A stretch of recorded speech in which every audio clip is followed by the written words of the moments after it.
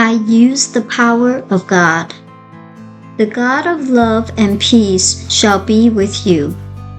2 Corinthians 13:11. Have we really tried God?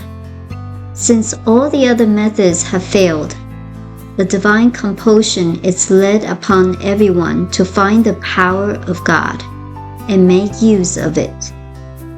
It is not merely a new theory about God that we are looking for.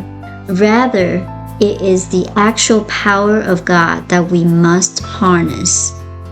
Our trouble is that we have not really believed that this presence exists and operates in human affairs.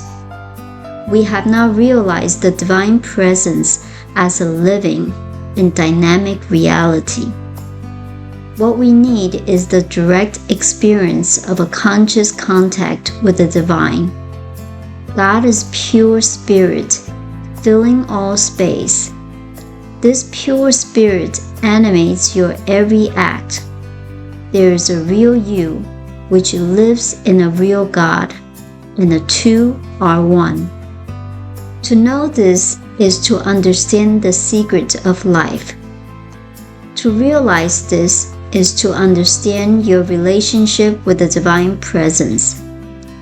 To realize that the law of God is written in your own mind is to make available to you a power that can meet every need.